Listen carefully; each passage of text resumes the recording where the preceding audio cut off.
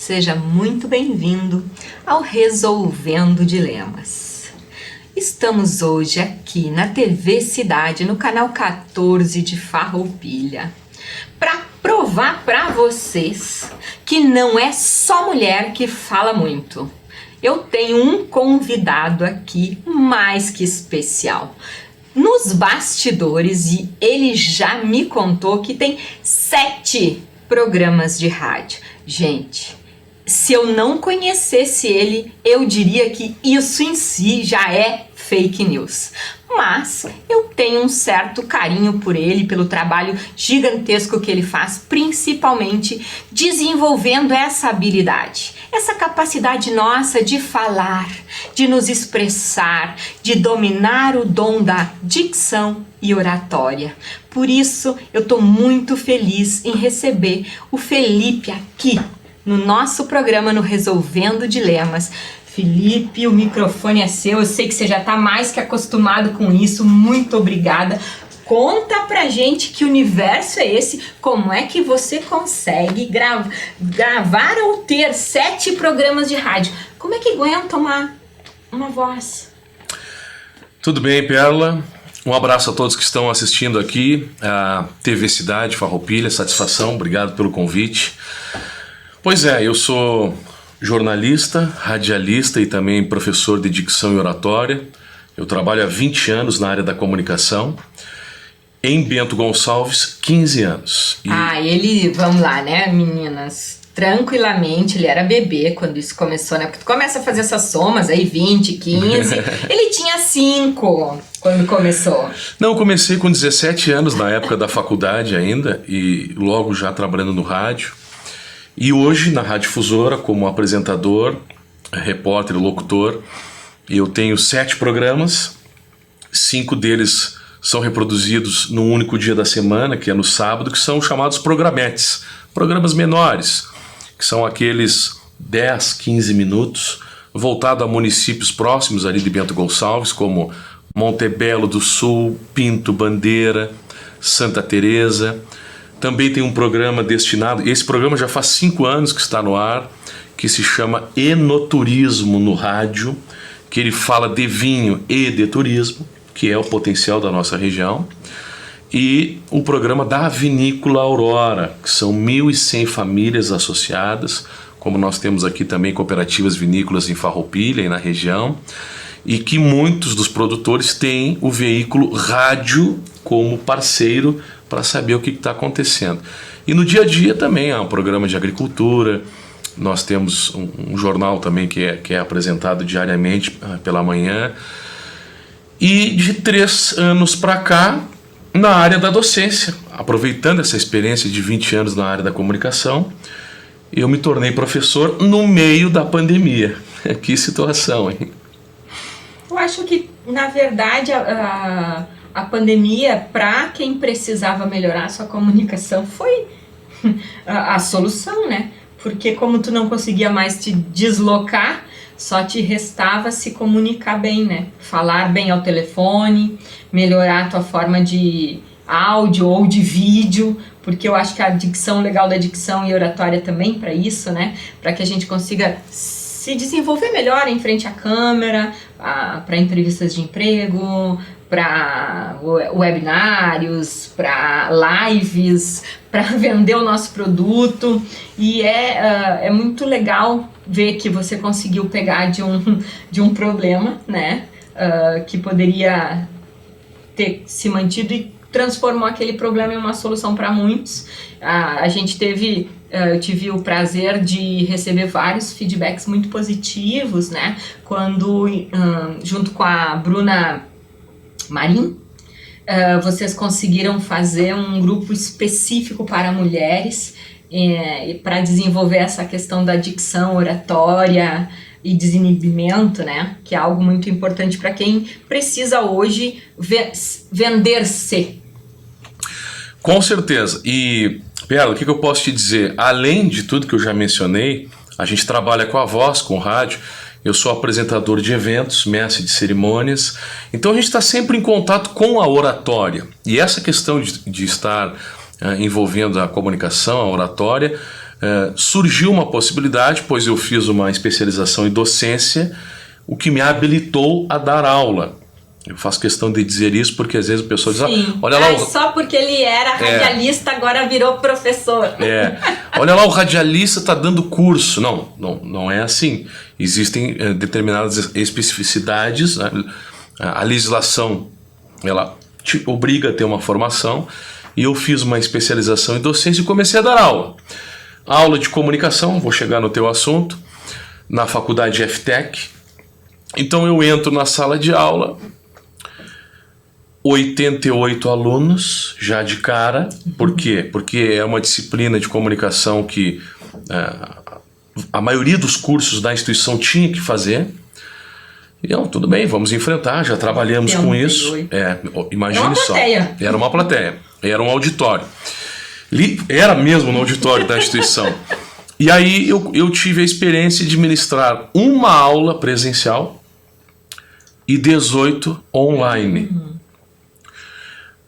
Como foi a experiência online? Eu começando nessa área. Olha, como a gente trabalha com comunicação, e durante a pandemia muitas entrevistas foram feitas através do formato virtual, acabou sendo mais fácil.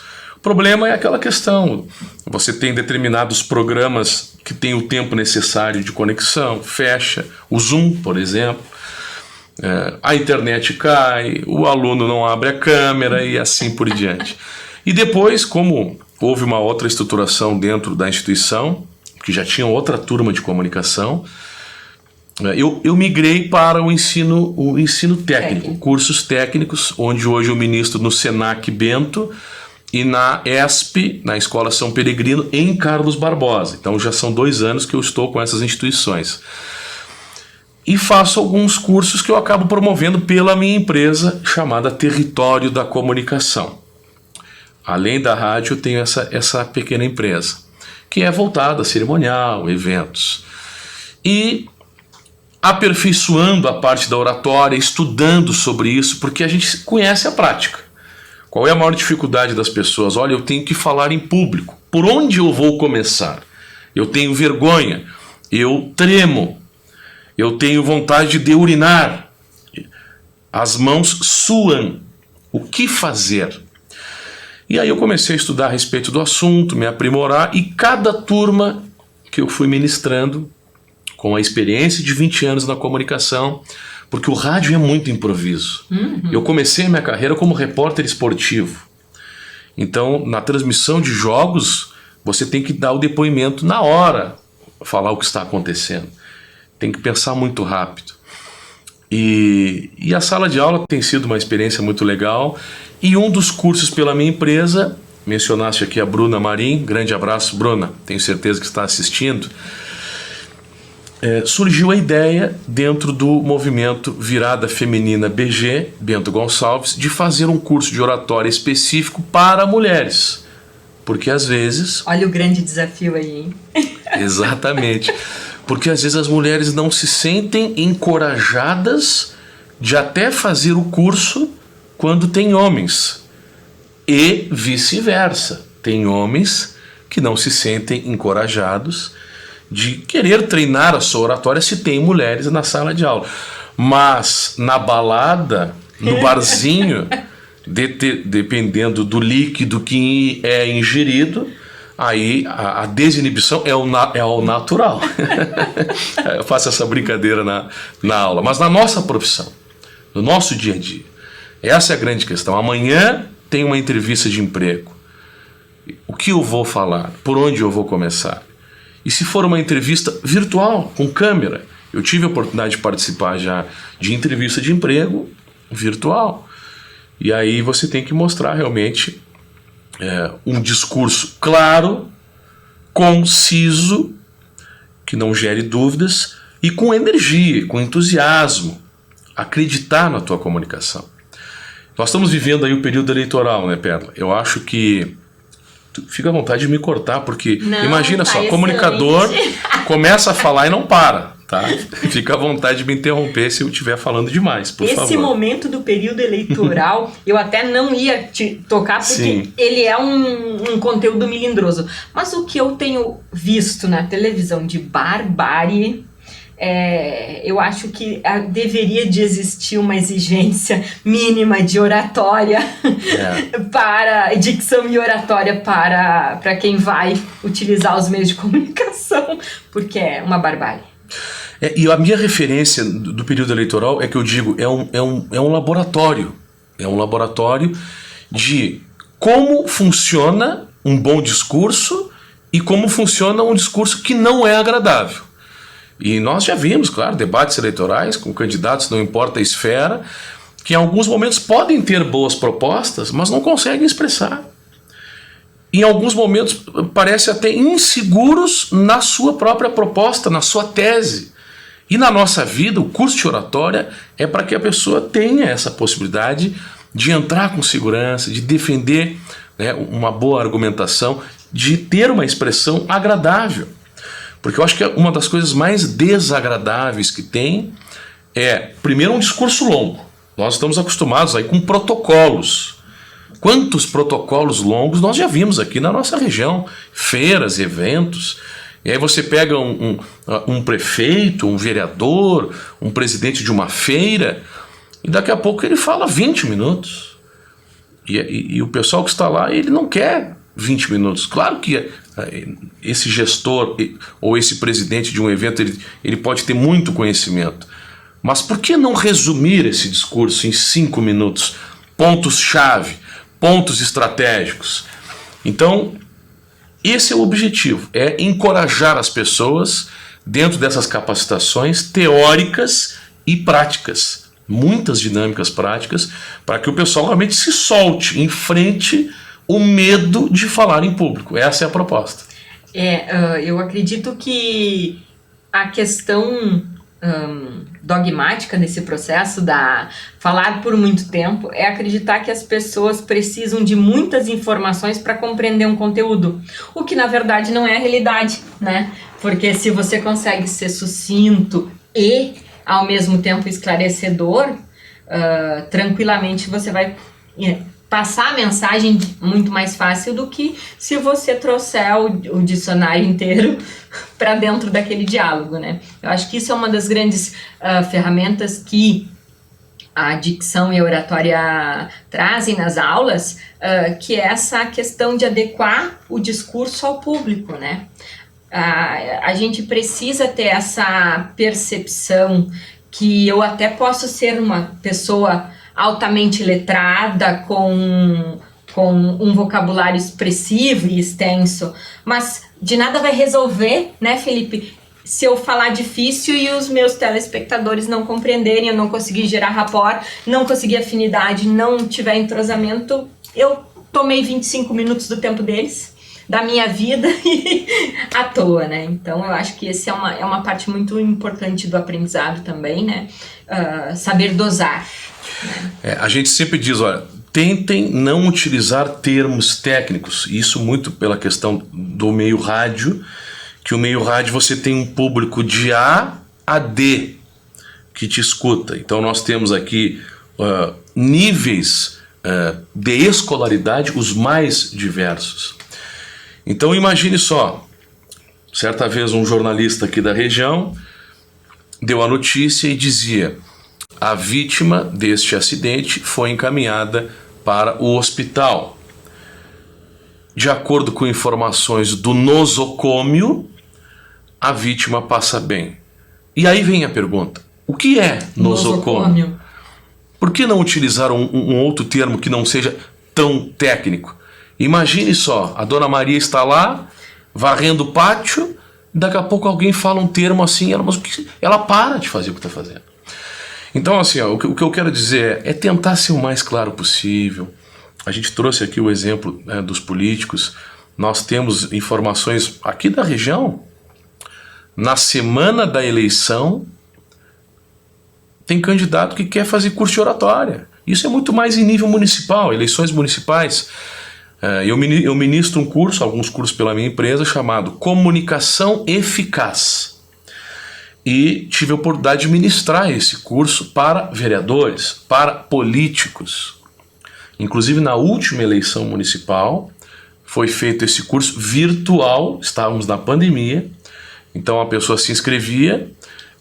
Esse curso foi feito em um estúdio semelhante a esse, com toda a estrutura, o aparato, e aí o candidato se inscrevia e assistiria lá informações relevantes sobre oratória, sobre marketing, sobre redes sociais, relacionamento com o eleitor. Então, assim, ó, o que eu vejo, né, Perla, é essa necessidade de sintetizar, convencer, não deixar dúvida. Ah, mas aí alguém vai dizer assim, mas a minha voz é muito baixa. Para onde eu vou olhar? Eu vou olhar aqui nesta câmera, eu vou olhar ali, se eu estiver numa entrevista. E eu tenho uma plateia na minha frente. Pô, como vai ser essa interatividade? Então, são macetes, né? São dicas com o objetivo de dar uma simplificada na vida daquela pessoa que vai precisar falar em público. Para se ter uma ideia, no Senac, são 2 aulas que eu acabo ministrando sobre improviso. Improviso, só improviso. Porque a nossa vida é isso, a gente está sempre improvisando. É muito engraçado, você comentou isso, e a gente vem resolvendo dilemas já há 2 anos, é uma alegria ter esse programa, e este é um programa de improviso, porque não tem roteiro, não tem pergunta certa ou pergunta errada, não tem nada, e é algo nítido. Tá, mas e agora? Como é que vai ser? Me manda o roteiro. Sim. Eu disse, não tem roteiro. Como assim não tem roteiro? Não, tu vai sentar lá e a gente vai conversar como se a gente estivesse na sala da sua casa, numa boa, fica tranquilo. E eu percebo a tensão das pessoas quando chegam e iniciam, sabe, Felipe? E agora? E agora? E daqui a pouquinho já tá rindo, né? Só falta tirar o sapato.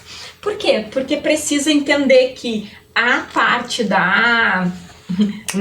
de ser automático, assim, de ser curioso, de se soltar, tá dentro dessa ideia de inovar, né? De criar coisas.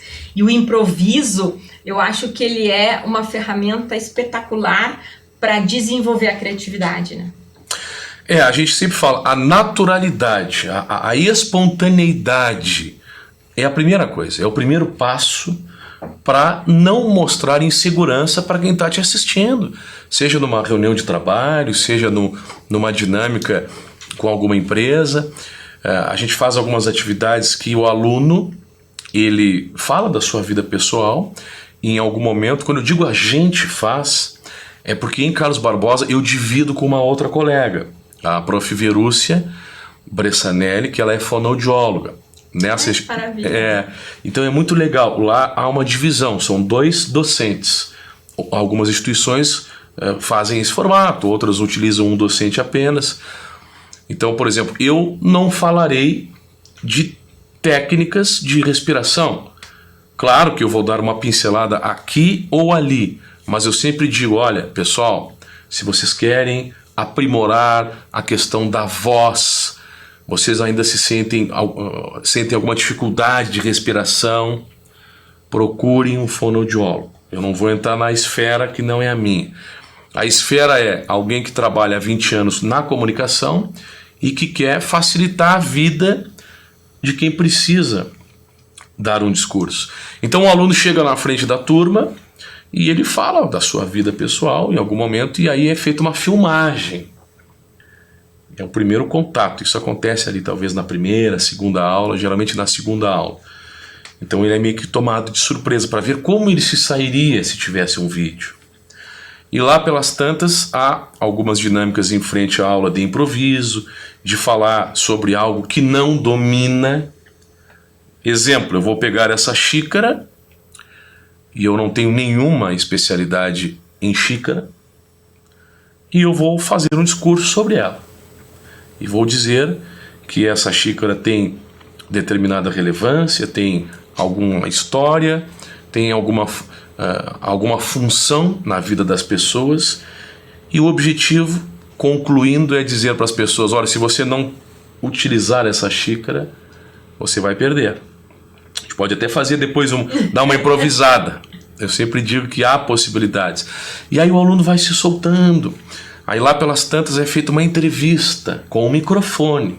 Aí utiliza o microfone da rádio, pega de surpresa os alunos, como eles sairiam. E as reações são as mais diversas. Teve uma situação que uma aluna se atirou no chão. Não, eu não vou dar entrevista. Por quê? Porque ela se sentiu incomodada com o microfone. Mas é por isso que a sala de aula traz essa possibilidade. Você lembra, em um tempo, talvez ali anos 90, pouco antes, estamos aqui passeando na Festa da Uva, estamos passeando em uma 1973? feira. Estamos aí passeando em alguma feira da região, e aí lá pelas tantas uma emissora de TV puxa aquela câmera grande e liga aquele flash de luz no teu rosto, e aí te pergunta: Pérola, o que você está achando da festa? A pessoa treme na hora. Por quê? Primeiro que a luz do rosto, assim, ela não é confortável. Então isso é improviso, tu não sabe o que pode acontecer. E a gente tenta criar algumas situações justamente para que o aluno não saiba que ele vai passar por aquilo ali, que ele vai ser tomado de surpresa, que ele tem que ter uma reação. E que o momento de errar é ali. Exatamente, é ali. O ambiente seguro para o erro é a escola, né? E no final, como é que funciona? São de 8 a 10 aulas, depende da instituição. Os cursos que eu acabo ministrando pela minha empresa é de acordo com a necessidade. É uma noite, são 2 noites, são 4 encontros, são 6 encontros. E aí, claro que quanto mais tempo, melhor.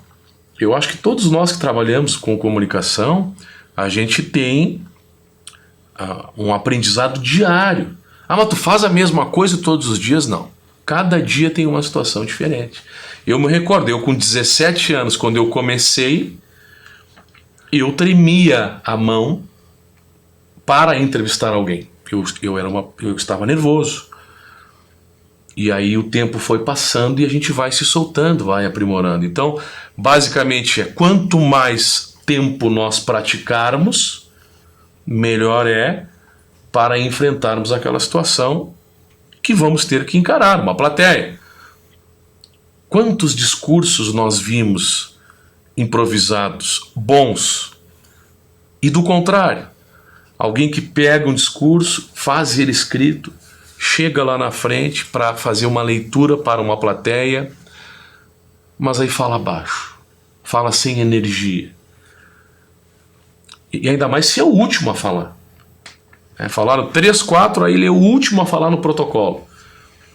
E fala baixo, as pessoas não se torna atrativo aquele discurso. E hoje eles têm que caprichar muito, porque senão daqui a pouquinho eu já puxei o celular. Exatamente. E eu tô aqui zapeando, fazendo qualquer outra coisa.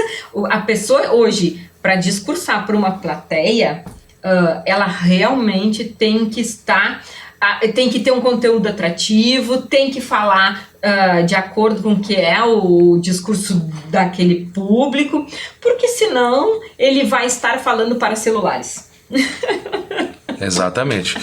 Por exemplo, aliás, como falávamos em improviso, a xícara aqui ela não é decorativa. A gente pode beber o líquido que está nela, correto? Correto. Tem que perguntar. Mas a gente pode dar um exemplo. Não é cenográfica. Não é cenográfica.